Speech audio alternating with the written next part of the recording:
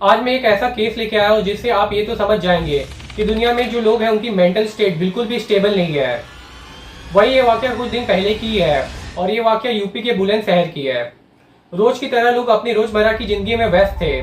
वही करीबन सुबह के 1 बजे होते हैं, तभी लोगों को कब्रिस्तान में एक लड़की की लाश मिलती है जो कि 30 साल की होती है और उसका नाम अस्मा होता है।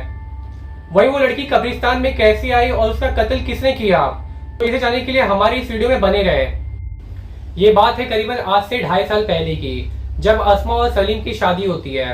वही ये दोनों अपनी जिंदगी की शुरुआत करने के लिए बुलंदशहर के खूजा नगर में शिफ्ट हो जाते हैं, जहाँ पर उन्होंने एक छोटा सा फ्लैट लिया होता है। वही जो अस्मा का जो पति होता है सलीम, वो एक छोटे से होटल में एज अ लेबर का काम करता है। इससे ये तो साफ पता चलता है कि जो उसका पति है वो बहुत ही सालाना कम कमाता है और जो भी कुछ कमाता है वो अपने घर में देता है। वही उसी फ्लैट में एक और बंदा रहता है जिसका नाम होता है अदनान, और ये भी शादीशुदा होता है और अपने परिवार के साथ रह रहा होता है। वही एक ही फ्लैट में रहने का मतलब ये नहीं कि एक ही रूम शेयर करते थे, रूम तो अलग अलग होंगे बेसिकली।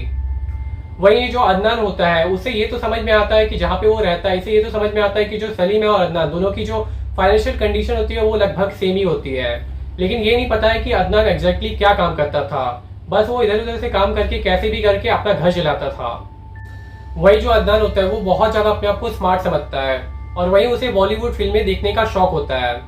और जब कभी वो बॉलीवुड की फिल्में देखता है तो वो ऐसा अपने आप को लीड कैरेक्टर समझने लग जाता है, मतलब कि अपने आप को हीरो समझने लग जाता है और बिल्कुल उसी तरह से वो बिहेव भी करने लग जाता है। अब आप ये सोचोगे कि बॉलीवुड फिल्में देखना तो ये तो आम सी बातें हैं, वही आपको आगे जाके पता चलेगा कि बॉलीवुड ने उसके दिमाग पर कितना ज्यादा असर किया है। वही जो सलीम होता है वो अपनी बीवी को बहुत ज्यादा खुश रखता है, अस्मा को हर एक चीज प्रोवाइड करता है जो उसे खुशियां दे सके। और ठीक इसके उल्टा जो अदनान होता है उसे अपनी बीवी से कोई खास लगाव नहीं होता है। और वहीं इसी बीच में अदनान की नजर अस्मा पर पड़ती है और ये दोनों एक दूसरे से बातचीत करना स्टार्ट कर देते हैं और उसे अप्रोच करता है और यहाँ तक कि उसके क्लोज आने की भी कोशिश करता है। वही शॉकिंग बात तो यह है कि जो अस्मा है वो भी अदनान को पसंद करने लग जाती है। जरा आप खुद ही सोचिए कि वो अस्मा कैसी है। उसे जरा तो सोचना चाहिए कि जो अदनान है वो अपनी पत्नी का नहीं हुआ तो वो तुम्हारा क्या होगा। लेकिन इसके बावजूद भी सलीम जो उसके लिए इतना सारा करता है, उसे हर एक खुशियां ला के देता है और घंटों तक होटल में काम करता है, लेकिन उसके बावजूद भी उसे वो रास नहीं आया। वही बेचारा सलीम, उसको ये भी नहीं पता होता है कि पीठ पीछे उसके जाने के बाद उसकी पत्नी और अदनान एक दूसरे के साथ क्या करते हैं। वही इन दोनों के चीट करने की बात इनके दोनों पार्टनर को भी पता चल जाती है, जिसके बाद सलीम ये सोचता है कि कैसे इन दोनों को अलग किया जाए। जिसके बाद सलीम इस डिसीजन पे आता है कि वो किसी दूसरे शहर में शिफ्ट हो जाएगा, जिससे ये दोनों एक दूसरे के भूल जाएंगे और बात यहीं पे खत्म हो जाएगी। वही सलीम को लगता था कि अब सब कुछ खत्म हो गया, लेकिन ऐसा बिल्कुल भी नहीं है, क्योंकि जो अदनान है जिसे बॉलीवुड फिल्मों देखने का जो नशा इस तरह से चढ़ा हुआ है, उससे ये बातें बर्दाश्त ही नहीं हो पाती कि जिससे वो प्यार करता है वो आखिर इतनी दूर कैसे चली गई है।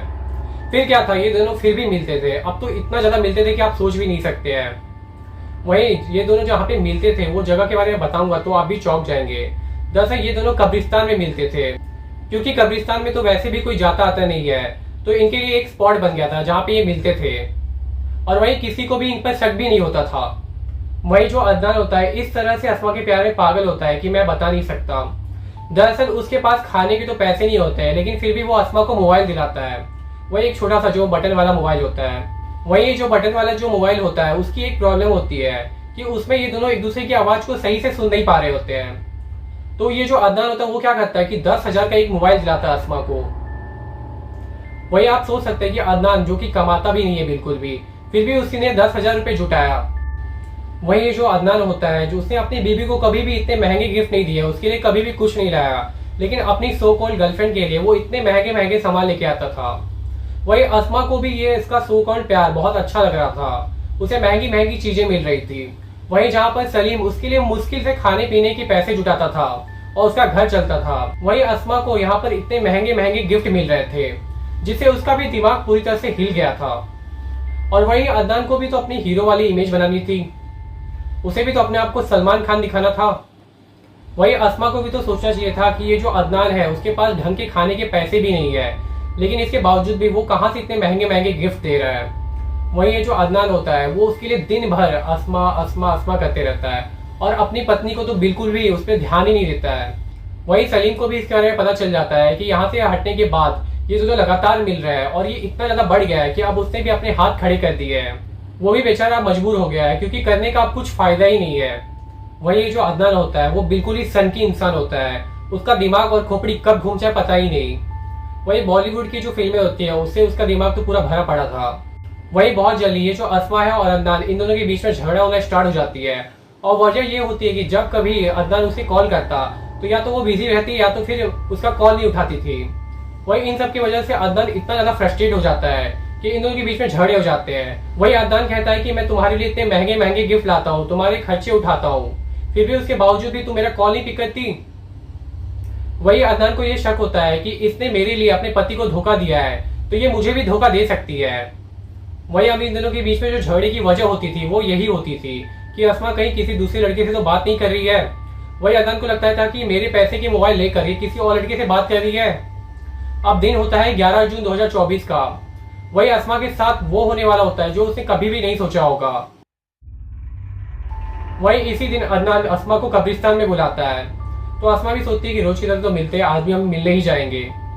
और वही ये जो अदनान होता है वो गुस्से से इतना बौखलाया हुआ होता है, इतना ज्यादा सनकी होता है कि जैसे ही अस्मा आती है तो उससे उसका मोबाइल छीनता है और उसमें देखने लग जाता है कि कहीं ये सलीम और मेरे अलावा किसी और लड़के से तो बात नहीं करती है। वही उसे बहुत सारे कॉन्टेक्ट मिलते हैं लड़कों के, जिसके बाद जैसे ही अस्मा पीछे मुड़ती है तो ये जो अदनान होता है चाकू से उसकी गर्दन काट देता है और ठीक कुछ ही देर बाद अस्मा जमीन पर गिर कर अपना दम तोड़ देती है। वही आप ये सोच रहे होंगे कि जब अस्मा का गजब वो गर्दन काट रहा था तब क्या अस्मा ने चिल्लाया नहीं?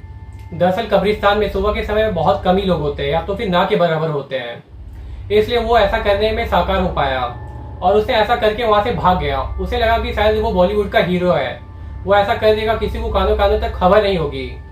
वही इसके बाद जो अस्मा की जो बॉडी होती है वो कब्रिस्तान में वैसी ही वैसी पड़ी रहती है और वहीं से कुछ लोग गुजर रहे होते हैं, जिसके बाद उनकी नजर इस बॉडी पर पड़ती है और ये लोग तुरंत पुलिस ऑफिसर को इन्फॉर्म कर देते हैं, जिसके बाद पुलिस की इन्वेस्टिगेशन स्टार्ट होती है।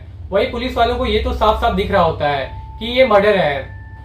वही जब सलीम अपना काम करके घर लौटता है तब उसे दिखता है कि अस्मा है ही नहीं और वो बहुत ज्यादा परेशान हो जाता है और तुरंत पुलिस स्टेशन में जाके एफआईआर दर्ज करने की कोशिश करता है। और वही पुलिस स्टेशन से ये खबर मिलती है कि कब्रिस्तान से सुबह के समय में उन्हें एक लाश मिली है। वही जब सलीम इस डेड बॉडी को देखता है तो वो समझ जाता है कि ये उसकी बीवी है और वही पुलिस से पूछे जाने पर वो सब कुछ बता देता है और सीधा शक उसका अदनान पे पड़ता है, जिसके बाद अदनान को पकड़ लिया जाता है। और वही जब अदनान से जब पूछा जाता है तब उसका जवाब सुनकर आप भी चौंक जाएंगे। अदनान बिल्कुल भी मना नहीं करता है कि उसने ऐसा नहीं किया, वो बिल्कुल भी अपने आप को इनोसेंट साबित नहीं करता है, बल्कि वो तो हक से कहता है कि मैंने ही ऐसा किया है, मेरी प्रेमिका ने चीट किया है मेरे साथ। वही अदनान की एक क्लिप है, जरा आप एक बार सुनिए तब आप भी समझ जाएंगे कि अदनान कितना दिमाग से सनकी इंसान था। वही यहाँ तक कि उसका ये भी कहना है कि अगर उसका कोई दोस्त होता तो वो भी उसे मौत के घाट उतार देता। बल्लू बल्लू हाँ, क्यों हत्या की, क्या मामला था? क्यों हत्या करी? मोहब्बत में धोखा दे दिया अच्छा, और धोखे तो देने की सजा एक ही है, सिर्फ मौत। बल्लू संजय दत्त फैन हूँ, संजय दत्त का सर में। हाँ, और बिल्लू संडा कहाँ है इस वक्त? बिल्लू सांडा तो मर गया, हाँ, एनकाउंटर कर दिया उसका। अच्छा, और क्या, मेरा का एनकाउंटर कोई होगा भाई? एक मर्डर करा है मैंने तो, 10 मर्डर कोई करे। जब 10 मर्डर करूँगा तो मेरा भी एनकाउंटर हो जाएगा, खत्म बात। इससे क्या बात है? तो मोहब्बत में धोखा दिया, तुमने मार दिया। और क्या, मोहब्बत में धोखा देवे या दोस्ती में धोखा देवे, मैं तो उसे भी मार दूंगा, दोस्तों को भी मार दूंगा। बम बनाना तो ना आता, सीख जम्मा, कोई बात नहीं, टेक्नोलॉजी ऐसी चीज़ है, सीख जम्मा। कंप्यूटर चलाने सीख जाते हैं। हाँ, तो मैं भी सीख जम्मा।